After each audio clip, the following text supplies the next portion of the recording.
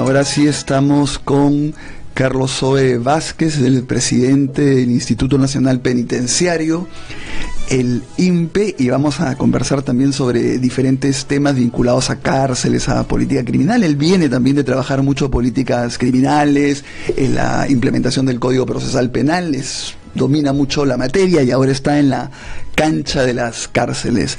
Muy buenos días, Carlos, y muchas gracias por estar acá. A ti, Ernesto, muchísimas gracias por la invitación. A ver, comencemos por una parte, digamos, positiva, que a veces no hay la oportunidad de mencionar, ¿no? Es decir, en tu experiencia, porque tú estabas trabajando en políticas y de pronto has entrado a ser presidente del INPE, ¿cuál es tu impresión sobre la posibilidad de rehabilitar a una persona que ha incurrido en un delito, y qué avances en tu tiempo has estado dando en eso? ¿Qué aspecto positivo rescatamos de tu gestión y cuál es tu percepción, ya viendo directamente a los internos, a los presos, hombres y mujeres, la posibilidad de rescatarlos del delito, ¿no? Bueno, yo creo que construir políticas públicas en los últimos 10 años acompañé al sector justicia en política criminal y penitenciaria, y creo que estoy convencido que no se puede construir políticas públicas si no es con evidencia empírica, con estadísticas. Los estudios que fueron durante los últimos años que acompañé me permitieron conocer algún tema muy importante, ¿no? Hay que saber diferenciar la población objetivo con la que uno trabaja, ¿no? Los 85.000 internos, pongamos una pirámide, imaginemos una pirámide, en la cúspide hay 5.000 internos que están asociados al crimen organizado, 5.000 de régimen especial y duro. Ellos tienen un tratamiento especial y nadie duda que hay que hacer un tratamiento especial frente a ellos. Bajo ellos hay otros 15.000 que están asociados a los delitos más degradantes que puede conocer la sociedad: trata de personas, violación sexual de menor de edad, robos seguidos de muerte, extorsiones, tortura, desaparición. Frente a ellos también hay otra política distinta que hay que diferenciar. Pero bajo ese grupo, ¿no es cierto?, bajo esos 20.000, hay cerca de 65.000 internos que han pisado por primera vez la cárcel, que tienen entre 18 y 39 años. El 60% de la población penitenciaria tiene entre 18 y 39 años, ¿no es cierto?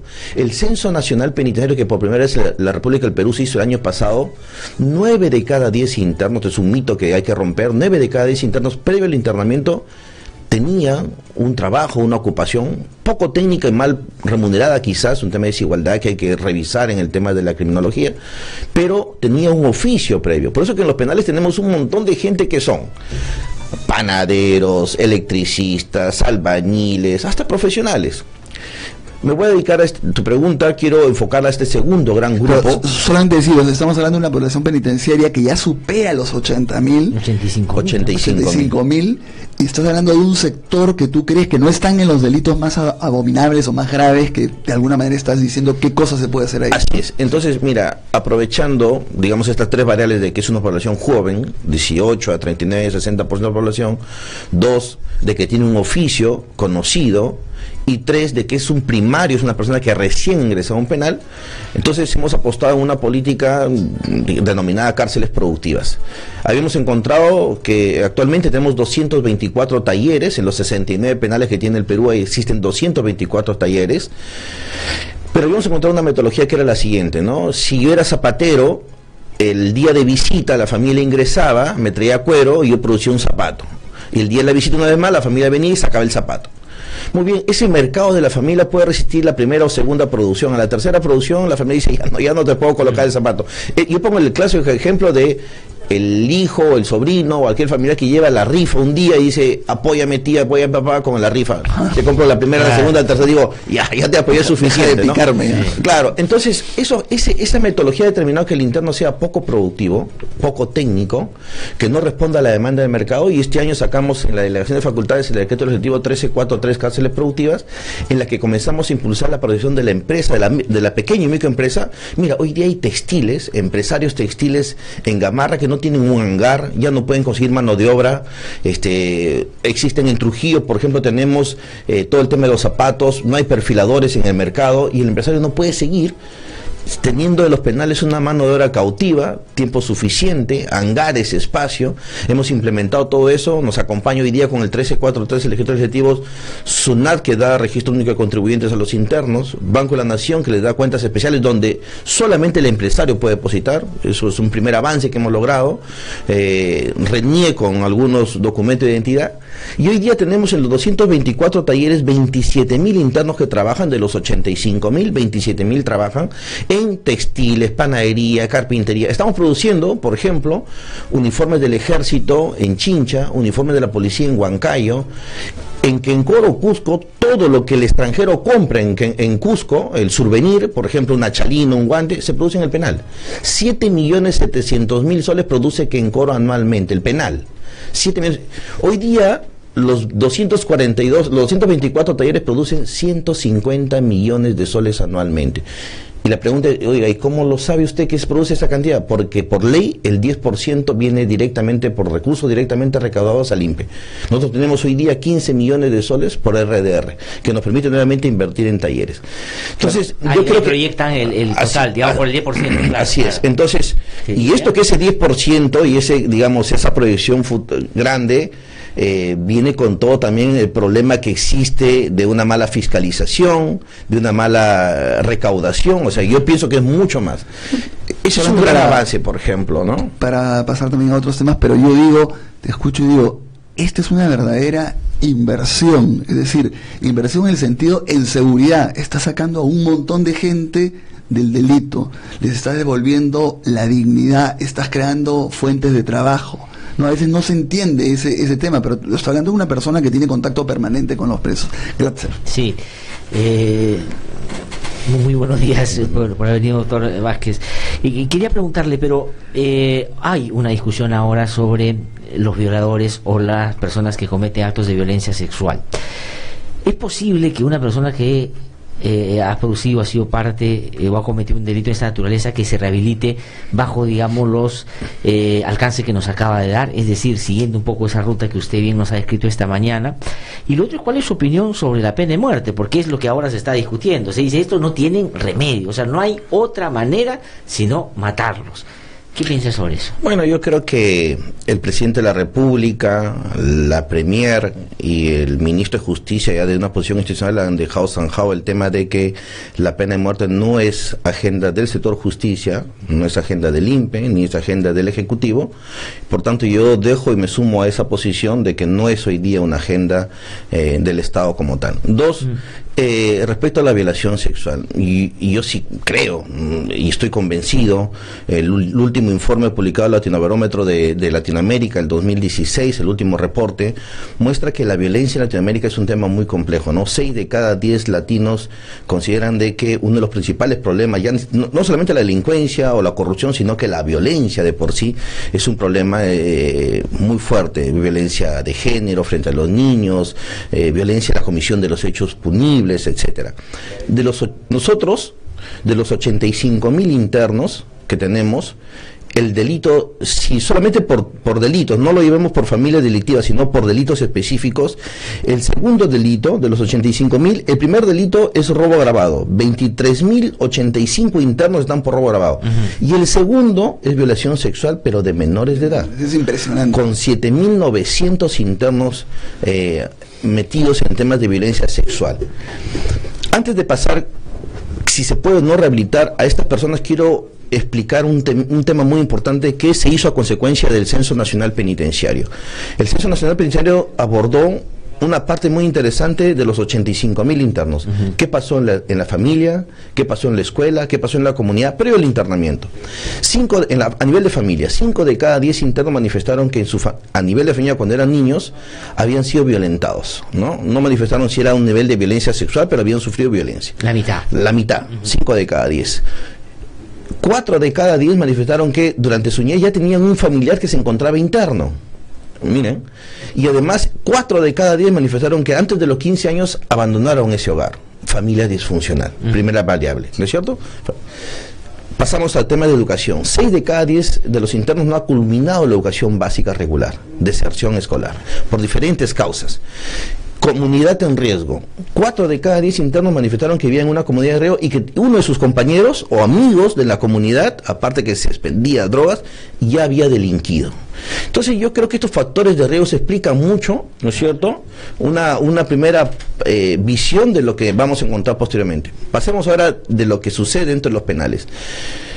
Yo siempre he dicho, si nosotros queramos dar una mayor sanción, si el objetivo es sancionar más, yo creo que nadie va a discutir que el aumento de las penas es una mayor sanción, es algo lógico. Pero si el objetivo es la solución del problema, creo que no pasa por ahí. Sí, ¿no? Y la política criminal internacional lo ha demostrado que hay que enfocar a los factores de riesgo, lo que acabo de mencionar: familias disfuncionales, deserción escolar, barrios inseguros, que hay que hacer una política de represión, de persecución penal eficiente, eficaz, nadie lo duda. Pero la pregunta es qué existe del otro lado de la mano, ¿no? De las políticas de prevención social. ¿Cuánto le damos en términos de políticas estatales a esto que usted acaba de mencionar, porque usted es central? Yo creo digamos, en general, no solo en términos de dedicación, de profesionales, de presupuesto. ¿Cuánto, digamos, es la proporción? En la criminología del desarrollo hay 3 motivos o 3 variables de políticas: la prevención primaria, la prevención secundaria y la terciaria. La primaria son las necesidades básicas insatisfechas: mayor educación, salud, trabajo, etcétera. La prevención terciaria, me va a saltar una. La terciaria es todo el sistema de justicia penal: policías, fiscales, jueces, SINPE, todos. Pero la prevención secundaria es el intermedio entre la desigualdad y la comisión de un hecho punible. Y eso está en familias disfuncionales, deserción escolar, consumo problemático de drogas, violencia de género, etcétera. Yo creo que en los últimos 15 años el Estado ha crecido tanto económicamente, más allá de que hemos tenido una caída, pero aún así somos un Estado pujante, 3%, 3.5% PBI no es cualquier cosa en Latinoamérica, pero esto ha generado que en los últimos años nos hayamos enfocado mucho en prevención primaria, ¿no es cierto? En programas sociales, más de 15.000 millones de soles destinados en el último quinquenio solamente a programas sociales, genial, en temas de educación, salud, pero creo yo, y lo otro es en temas de prevención terciaria, la reforma procesal penal, ¿no es cierto? Más de 1.500 millones de soles en el nuevo Código Procesal Penal, por ahí un poco al INPE, por ahí un poco al Poder Judicial, etcétera, etcétera, pero creo que es momento de enfocarnos en prevención secundaria. Y yo creo que los esfuerzos ahí son muy pocos aún, ahí faltan mayor políticas. Ha habido algunas políticas muy buenas que no han tenido presupuesto, que han desaparecido con el tiempo, pero creo ahí. Y finalmente, en el tema de si dentro del sistema de reinserción social en las cárceles hay posibilidad de que un violador sexual pueda rehabilitarse. Miren, yo creo lo mismo que en la población objetivo total. Hay que diferenciar diferentes tipos de patologías, ¿no? Hoy día tenemos 800 internos condenados a cadena perpetua en el INPE, y tenemos 600 condenados a penas mayores a 30 años. Es decir, que vamos a necesitar un penal aproximadamente de 1.500 o 2.000 los próximos 2-3 años para que esta población se quede el resto de su vida.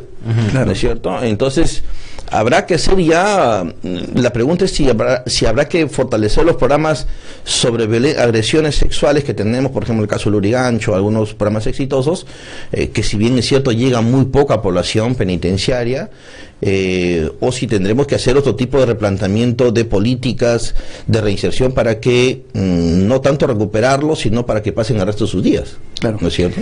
No, yo quería recalcar solamente para después pasar a otro tema, pero sí no dejar de mencionar bien el hecho que el segundo delito es violación de menores, ¿no es cierto? O sea, por encima de lo que puede ser hurto, todo, o sea, tráfico de drogas, solamente lo gana el robo agravado.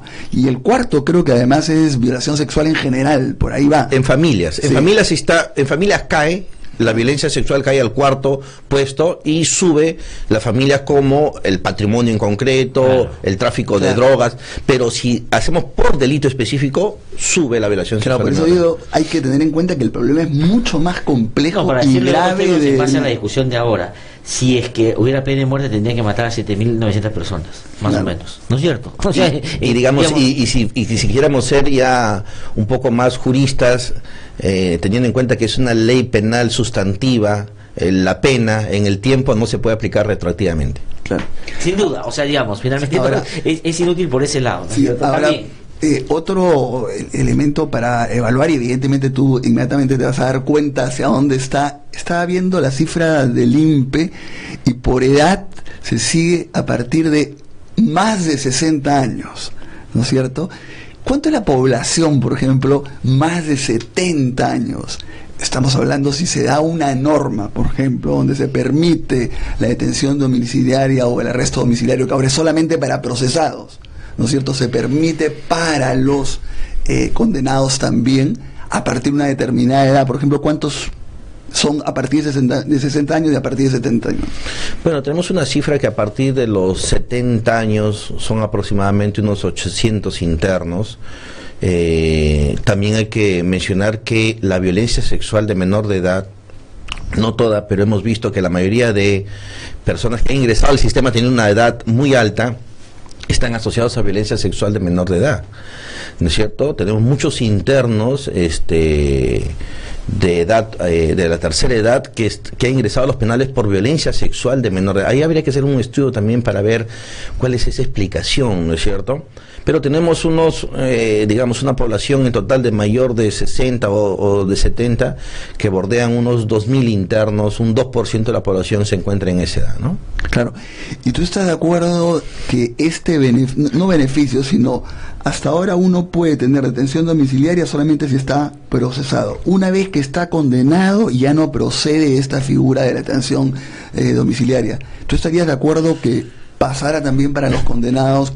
Mira, por ejemplo, recién con la elección de facultades emitimos un decreto legislativo que es la conversión de penas, que permite al condenado con penas menores a 6 y 4 años, siempre y cuando sea primario, no sea reincidente, no sea habitual, no haya que haya cometido delitos como violación sexual, no haya cometido delitos como crimen organizado, trata de personas, robo seguido de muerte, entre otros delitos, pueda solicitar la conversión de su pena efectiva a una prestación de servicios a la comunidad, pueda egresar del penal. Yo creo que puede establecerse figuras similares, ¿no? De cierto conversión, ya que no, obviamente el que está condenado no puede discutirse luego pasar a una medida cautelar, es una condena. La pregunta es si podemos convertir esa condena efectiva por otro tipo de pena. Y yo creo que es factible, es decir, vigilancia electrónica personal o una conversión de penas, pero hay que tener bastante cuidado también a quienes, ¿no? Mayormente, y es un tema que sí quisiera dejar bastante en claro, cuando legislamos generalidades, ¿no es cierto? Por ejemplo, proscríbase el beneficio penitenciario para hurto agravado o para hurto básico y te metes en la bolsa aquel que hurta, digamos, en pandilla o es reincidente habitual hurtando frente a aquel que ingresó por primera vez o ha hurtado. Es igual, lo mío es igual, ¿no es cierto? Entonces, cuando hagamos normas también pasa por eso, ¿no? Poder diferenciar hacia dónde quiero ir o a quién quiero hacer conversiones o a quién quiero variar esa medida. No vaya a ser como, digamos, algunos proyectos alguna vez establecían el tema de cambiar por tema de edad y estaría tranquilamente por ahí un terrorista o alguien, digamos, que haya cometido un delito muy grave para la sociedad, ¿no? Claro, pero en esto de hay que convertir la pena, excepto en tantos delitos, violación, esto... termina excluyendo una barbaridad. Claro, y además tendrías que incluir también violaciones de derechos humanos, desaparición forzada y todo. ¿Por qué esos delitos tan graves de lesa humanidad los dejarías incluidos? Y ahí afectaría también pues las posibilidades de cambio de la condena de Fujimori, ¿no? Bueno, digamos, mira, nosotros tenemos 144 internos al día de hoy que fallecen anualmente. Se ha bajado la tasa, hace 2-3 años eran alrededor de 250 internos que fallecían anualmente en tópicos de los penales por TBC múltiple, VIH, SIDA, fase terminal, cáncer, entre otros. Hoy, gracias a las políticas, por ejemplo, del Fondo Mundial en TBC, hemos reducido las tasas, pero aún así existen 140 internos que fallecen. Yo lo que propongo, y creo que es dable siempre, que una vez más que cuando se revise la política de gracias presidenciales, esta sea generalizada, ¿no? Es decir, existe 140 personas que esperan su revisión también, porque la pena carece de fundamento, de todo fundamento, ¿no es cierto?, cuando la persona está ya en fase, digamos, terminal o muy grave y las condiciones carcelarias hacen imposible la vida. Tenemos más de 150 internos que se encuentran hoy día, son enfermos mentales, pululan en los penales, ¿no es cierto? Y nadie va a recibirlo. Hoy día en ningún hospital en temas de enfermedades mentales nos quiere recibir. Y los tenemos dentro de los penales. ¿no es cierto? Tenemos más de casi 400 internos que están con VIH-Sida. Entre otras enfermedades. Entonces, yo creo que una política... no tiene las condiciones ideales. Otra cosa también, otro problema es, a pesar que ha mejorado un poco, pero casi la mitad, ha bajado un poco, es población que está recién procesada, que no está condenada, cuando debería ser una, como bien sabemos, una excepción, lo que es estar en la cárcel siendo procesado. Ha bajado un poco la cifra, pero sigue siendo altísima. 47% de la población aún está en la calidad de procesados, en comparación de hace, digamos, antes era 70, 30, hoy le hemos podido voltear la brecha gracias al Código Procesal Penal. Yo creo que acá, y si me permites pensar técnicamente, creo que ya es un llamado a que el Código Procesal Penal entre definitivamente en el caso de Lima, ¿no? Que tiene más del 50% de la... Y yo siempre he dicho, claro, algunos dicen, oye, pero económicamente es muy alto su implementación. Bueno, hagamos una regla de 3 simple, pues, ¿no? Mantener el código del 40 en Lima, ¿no es cierto? Que un proceso que puede durar 6, 7 años, bajo una metodología de implementación donde puede, al más del 70% de los casos, en menos de un año o un año y medio, digamos, por regla de 3 simple, creo que económicamente es más, a largo plazo va a ser un ahorro para el Estado. Claro. Y de respuesta al tema penitenciario, un tema, y ya que hablamos un tema también de impacto económico, y este tema de revisar un poco quiénes están en las cárceles. Tenemos 2.400 internos que están por omisión de la asistencia familiar, ¿no? El Estado gasta solamente en alimentos 3.300.000 soles en estos internos. Increíble. Están ahí solo por no pagar. Hubiésemos pagado las pensiones alimentarias de las madres, ¿no es cierto? En un año gastamos 3.300.000. 2, tenemos más de 2.000 extranjeros que están en los penales, otros 3.300.000 solamente en alimentos. Hemos hecho, digamos, estamos con los estados, mayormente con España, que hemos repatriado cerca de 80 nuevos españoles que se han ido a cumplir su pena. Hay que impulsar eso. Tenemos 5.600 internos con penas menores a 4 años. Por ahí algún interno hemos encontrado con penas de 16 días.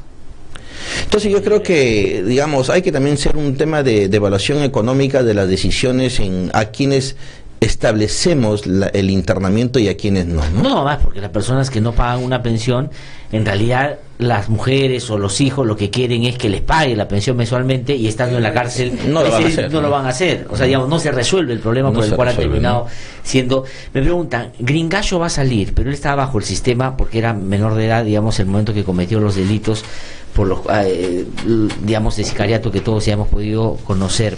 Y claro, se ha generado toda una reacción en los medios y en distintas instancias de cómo es posible que vaya a salir y por qué no se le retiene más tiempo, porque termina siendo un peligro, y claramente dice la gente no se ha rehabilitado todavía. ¿Qué decir frente a eso?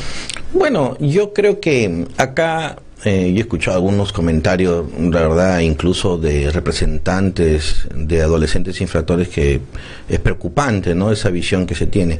Pero yo creo que hay que dejar de eufemismos y poder explicar a la comunidad lo siguiente. Porque claro, a veces se quiere morigerar o decir eufemísticamente, no, a él le dan una medida socioeducativa. Una medida socioeducativa es una sanción, ¿no es cierto? Es una sanción que tiene una finalidad socioeducativa, pero es una sanción tal cual. Tanto es así que el menor, como el Código Penal español, es responsable penalmente, pero es sancionado bajo su legislación. Él comete el mismo tipo penal, pero la sanción, tanto así que no tenemos un Código Penal para adolescentes, es el Código Penal de adultos el que se aplica. Lo que pasa es que la sanción se aplica a la norma, ¿no es cierto?, de los adolescentes. El 1204, el decreto legislativo 1204 del gobierno pasado, estableció una metodología de a ciertas infracciones a la ley penal por parte de los adolescentes infractores tengan una sanción de internamiento mucho más alta, que incluso puso de 10 años, como el caso de sicariato, que podría ser revisado incluso a mitad. Yo creo que es la misma explicación, o sea, es decir, si queremos una mayor sanción, el aumento de los tiempos de internamiento, en el caso de Costa Rica, que tiene hasta 15 años de internamiento de los adolescentes, el caso de Chile, que tiene a 8 años, pero creo yo de que el Estado no puede renunciar a los temas de tratamiento en el caso de adolescentes. Ahora porque a él se le puso 6 años en el momento en que tuvo esa legislación. Claro. ¿No es cierto? Hoy día un sicario adolescente puede llegar hasta 10 años en su sanción. Ahora, se ha planteado también, y le pregunto por eso, que, digamos, se reduzca la edad de imputabilidad de delitos para hasta los 16 años. ¿Está usted de acuerdo con eso o no? Yo creo que, una vez más, eso va a generar todo un debate, no solamente nacional e internacional, porque tenemos una convención también en ese sentido, ¿no es cierto? Yo particularmente, digamos, quienes creemos en la resocialización, si no trabajara yo en el INPE, primer paso, creo que esto no, en los países que se ha aplicado, que son muy pocos la verdad, tampoco tiene mayor efecto. Habríamos, y yo creo lo siguiente, hoy día ya con los adultos, clasificar a los adultos por tipologías es todo un problema en los penales. Imagínense lo que significaría mandar a los penales a los adolescentes, ¿no es cierto? Yo lo que creo, sí, y es algo que tiene que hacer la gerencia de los centros juveniles y el Estado, es establecer un régimen especial, tal y cual lo tiene el adulto, es decir, ¿no es cierto? Por la gravedad del delito que han cometido. Exactamente, ¿no es cierto? Me quedo con el 90-80% de los adolescentes en los centros juveniles de régimen, llamémosle ordinario, y creo un régimen especial. Pero claro, si incluso desde la gerencia se dice de que esto debe pasar, cumplir su edad, yo creo que se desconocen todas las legislaciones internacionales en la materia. Cuando veo también las cifras del INPE, yo digo, generalmente se afirma que no hay detenidos, es decir, que la policía agarra y los fiscales y los jueces los sueltan, pero la población penitenciaria, es decir, los presos, se han duplicado casi en los últimos 10, 8 años, ¿no es cierto? Claro. Hace 5 años hace 6 años teníamos unos 44.000 internos, hoy tenemos 85.000. Y se espera que, y esto también quiero mencionarlo, en el último quinquenio de Fujimori crecíamos a 3% anualmente, en el gobierno de Toledo a 4% anualmente, a población penitenciaria, en el gobierno de García 5%, en el gobierno de Humala a 10%, y hoy día mantenemos el 10% de crecimiento anual. Quiere decir que 8.000 nuevos internos se quedan anualmente en las cárceles, ¿no es cierto? ¿Por qué? Porque no es que ingresen mayor cantidad, sino porque... ¿Cuál es la explicación de que la población penitenciaria siga aumentando?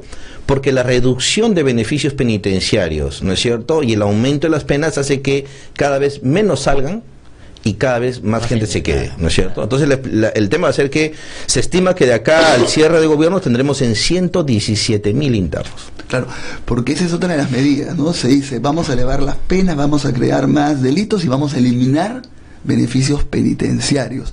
RBC. ¿Cuánto porcentaje de la población actualmente ya no podría tener beneficios penitenciarios y cuánto se proyecta a partir de determinada fecha? Bueno, en el 2013, cuando se dio la ley 30.076 y la 30.077 de Seguridad Ciudadana y Crimen Organizado, antes de esas leyes, solo el 18% de la población no tenía beneficios. Y era entendible porque estaban los delitos más proscritos por el Estado, ¿no? Claro. Violación sexual de menor edad, terrorismo, trata, nadie discute eso. Yo creo que todos nos sumamos a eso. Después de esa legislación, por legislar de manera genérica, el 86% de la población no tenía acceso a beneficios. Pero ¿cuánto? 86%. Claro. Eso generó un caos dentro de los penales, claro, ¿no es cierto? ¿Por qué? Porque el interno decía, oiga, o sea, yo tengo 10 o 15 años estudiando y trabajando, porque la legislación me lo permitía, y usted me está diciendo que mis 10 años de estudio y trabajo hoy día no tienen ningún valor. Eso generó que ahí mismo el legislador emite una nueva ley, ¿no es cierto? Si no me recuerdo, la 35.4, la 36.2, donde dijo, no, esta ley es hacia futuro, no se aplica retroactivamente, sino ultraactivamente, como una ley sustantiva, cuando nunca habíamos legislado de esa manera, ¿no? Claro, perfecto, se resolvió en ese momento, para los cerca de 60.000 internos que están en ese momento, de que ustedes siguen con sus beneficios, si es que lo tienen, pero a los que vienen ya, bueno, hoy día, desde entonces, todos los que han ingresado desde entonces, el 80%, no tiene posibilidad de un beneficio penitenciario. Lo cual es gravísimo también por el lado de cuál es el incentivo para... Debe ser mucho más difícil manejar un penal con tanta gente sin posibilidades de... Mire, en los últimos... tenemos ya como gestión 1 año 3 meses...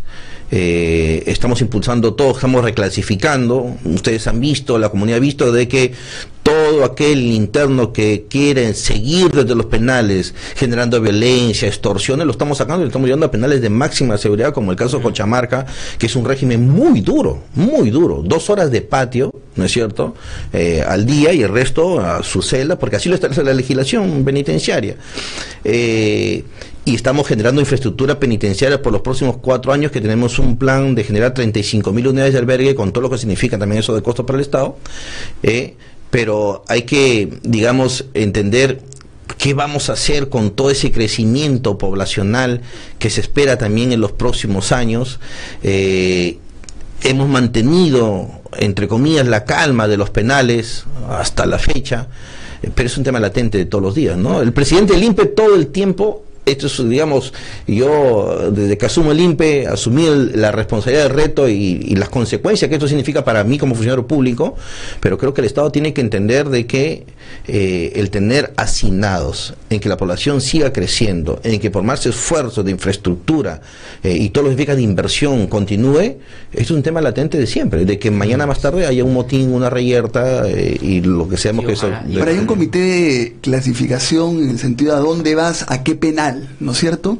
¿Por qué en el caso, por ejemplo, de Fujimori, en el caso de Humala, hay este régimen de la DIROES? ¿No es algo contradictorio con lo que son todas las cárceles? ¿Cómo se hizo esa clasificación o cómo se mantiene esa clasificación? Sí, el comité de evaluación de Carceleta, que es un comité de clasificación, tiene ciertas directivas es independiente, autónomo, no, así como un juez, el presidente del Poder Judicial no puede ingerir y decir, tome tal decisión. Esto también tiene que entenderse en los estamentos, pues en una democracia, y así están las leyes, ¿no es cierto? Entonces, toman en consideración muchas variables, entre ellas también, digamos, el riesgo de seguridad que pueda tener tal o cual persona, ¿no es cierto? Si cuando uno lee y que pueda acceder a la clasificación de los expresidentes o de la ex primera dama, va a encontrar definitivamente, y eso determina en el Consejo, de que las recomendaciones de la clasificación se deben también en algunas legislaciones que se dieron en el momento, ¿no es cierto? Y por eso entiendo yo que el Consejo y la Junta de Clasificación determina de que pase a un régimen que le corresponde a un penal, pero tomándose las medidas de seguridad que correspondan respecto a la demás población. Sobre eso, digamos, están preguntando, doctor Vázquez, ya para ir terminando, agradeciéndole por supuesto su gentileza, hay algunas cosas que se preguntan aquí en las redes, ¿no? Usted mencionó y piden que haga una referencia, una mención a eso, si es que entendieron bien, ¿no? Usted decía que hay como 140 personas con enfermedades mentales severas que deberían, digamos, en grupo, merecer algún tipo de gracia presidencial o, digamos, su situación debería resolverse por ese lado. Y lo que preguntan, vinculado al caso que acaba de preguntar Ernesto sobre Fujimori, es decir, hay por lo menos 140 personas con enfermedades claramente ya diagnosticadas y establecidas que podrían acceder a este beneficio antes, por ejemplo, que Fujimori está recién discutiéndose si está o no en esa situación. Reitero, las cifras tienen que llevarnos a trabajar ciertas políticas, pero nuevamente visualizar la mejor política, ¿no? Es decir, son personas que no fueron inimputables al momento de la comisión ni al momento de la sentencia, sino que en las condiciones carcelarias han generado todo un tema de enfermedad mental, ¿no es cierto? Claro. Se han vuelto, digamos, esquizofrénicos, psicópatas en los penales. Hay que analizar cuál es la política, porque si la política es un tema de indulto frente a ellos, por ejemplo, la pregunta es, ¿afuera quién los recibe? Claro. ¿No es cierto? Porque no es un tema de ya deshacernos de los penales y hacia afuera quién. Acuerdo, claro. En algunos casos hemos tenido, por ejemplo, que hemos comunicado a la familia el fallecimiento de un psicópata, un muerto, que se ha muerto en un penal por avanzada edad, y la familia creía que hace 10 años esa familiar había muerto porque no tenían conocimiento de él, lo habían abandonado. Y como no tenían, ya se murió. Y no sabían que estaba en un penal por con la comisión de un hecho. Lo otro es desarrollar una política especial para tratamientos estando digamos, ¿no? A ver, si hay una familia de que pueda de recibirla, ¿no es cierto? Pues. ¿Y se ha hecho algún estudio, trabajo sobre el feminicidio? Es decir, las personas que están adentro por haber cometido feminicidio. Es un delito muy particular, ¿no? Entiendo que la Dirección General de Asuntos Criminológicos del Ministerio de Justicia y Derechos Humanos tiene un estudio al respecto. La verdad no lo conozco públicamente, pero sé que tienen por ahí un estudio, incluso hecho con población penitenciaria. Y respecto a los indultos o las gracias presidenciales en su totalidad, lo ha anunciado el ministro de Justicia. Hoy día la Secretaría Técnica de Gracias tiene cerca de 1000 expedientes que tiene que tramitar, evaluar, y lo que yo sí creo es que tiene que ser mucho más proactiva la Comisión y la Secretaría Técnica para poder responder rápidamente, y no solamente aquel que lo solicita, digamos que puede desde los penales solicitarlo, sino también aquel que se encuentra en los tópicos de los penales. Como vulgarmente decimos nosotros en el INPE, son sin zapatos, ¿no? No hay perro quien le ladre. Entonces yo creo que también es un tema de evaluar. Yo creo que por ahí va la política, entiendo, se me ha comunicado de establecer una política nacional de revisión de quienes en los penales se encuentran a nivel nacional graves o muy graves, para que sea una política integral, ¿no? Eso es lo que esperamos todos, la verdad. Sí, y en relación a eso, usted ha hablado de las condiciones carcelarias que complejizan o agravan las enfermedades, justamente porque no es posible tener a veces acceso a una atención inmediata o a, digamos, mecanismos de atención si tienen algún desbalance o problema de salud. En el caso de Fujimori, eso pasa, ¿no? Digamos, en el lugar en el que está, él tiene acceso a una salud privada, tiene un médico de cabecera, sale cuando tiene algún malestar, tiene comunicación permanente con los familiares. ¿Eso, en ese caso, no agrava la situación o si también, digamos, se considera dentro de los antes descritos? Yo creo que hay que romper algunos mitos, digamos, separando los temas sociales, políticos. Las condiciones de la cárcel, cualquier cárcel, la más moderna que tenemos, la de Cochamarca es la cárcel más moderna que tenemos, las mejores instalaciones, mejores talleres, el tópico, todo. La cárcel sigue siendo la cárcel, claro. ¿No es cierto? O sea, las condiciones de la cárcel para cualquier persona sigue siendo una condición muy fuerte. Yo particularmente, que vivo en la cárcel, que camino todos los días por los penales, veo esa situación, a lo que se suma no solamente a una persona mayor, sino a un joven, a un muchacho, ¿no es cierto? No, pero digamos, la atención a salud, digo, porque digamos... todos los penales tienen lo mismo. El penal de Barbadillo tiene un tópico, que lo único que podemos hacer en ese penal es atención médica general. Si tiene alguna complicación, nosotros tenemos que evacuar inmediatamente. Y el Código de Ejecución Penal y su reglamento le asiste a cualquier interno de determinar si, por ejemplo, va a un hospital público o si tiene las condiciones de pagarse un hospital, una clínica. Y los internos algunas veces tienen esa posibilidad de hacerlo. El resto se irá a un tratamiento, ¿no es cierto?, público, y eso es lo que nos pasa con... Los partes de seguridad y salud que recibo diariamente todas las mañanas como presidente del INPE determinan que todos los días tenemos entre 100 a 120 internos a nivel nacional que son evacuados a hospitales, a clínicas, para que sean tratados. En el caso de los Gurriers, preguntan, ¿hay una política, digamos, para enviarlos a sus países? Digamos, ¿han mejorado las relaciones con los países de donde por lo general proceden estas personas? Sí, teníamos en los últimos 5 años atrás, solamente 50 extranjeros pudieron volver a su país. ¿Por qué? Porque las legislaciones nuestras, que la verdad a veces son tan engorrosas, voy a poner un ejemplo nomás, hoy día solicitar la conversión de la pena requiere de la formación de un expediente con más de 16 requisitos en el expediente. Una gracia presidencial requiere 11 documentos que se adjunten al expediente, que puede tomar 8 o 9 meses. Es increíble el tema burocrático del trámite que existe, ya no solamente para un tema administrativo, sino un tema de la privación de la libertad o las condiciones. En el caso de los extranjeros no era la regla. El juez condenaba, y una vez condenado, la posibilidad de poder ir, pese a que existían tratados bilaterales con el país, de poder ir hacia otro país a cumplir su pena, era también un trámite judicial. Claro. Entonces era 1 año o 2 años más de espera, ¿no es cierto? Entonces aquí, ¿qué hicimos en la elección de facultades? Emitimos el 1321, si mal no recuerdo el criterio objetivo, que modifica esa parte y la hace administrativa. Hoy día es administrativa. ¿Qué ha generado eso?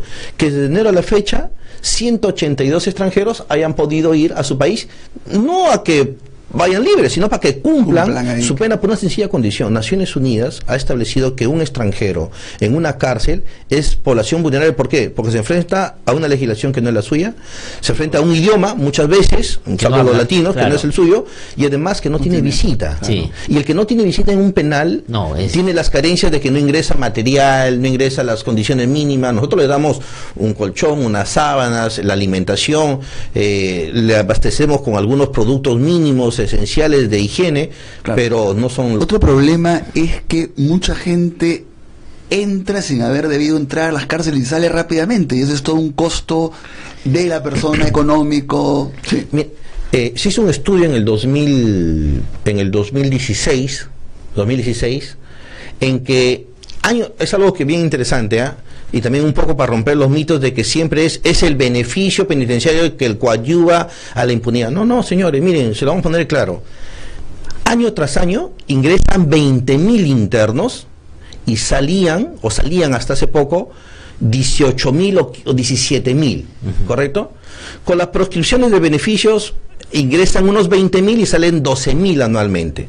Esos 12.000 que salen anualmente, solamente el 20% sale por beneficios penitenciarios. El 80% restante sale por absolución, por revocatorias, por vencimiento de plazos de la prisión preventiva, entre otros. O sea, lo acabamos de ver ahorita. No sé si, digamos, una parte no debería estar. Una no debería estar, claro, la que sale absuelta, claro, la que se revocó la medida no debió estar internada, y también existen las que se vencen los plazos de las prisiones preventivas, claro, ¿no? Lo acabamos de presenciar en Chiclayo, sí, ¿no es cierto? La Catushka del Castillo. 3 años de una medida cautelar sin pronunciarse, ¿no? Eso, ¿no es cierto? Y eso que, digamos, le da una prisión preventiva por 3 años y en 3 años no pueden, digamos, generar una acusación, eso es de verdad ya una dejadez mayor, ¿no?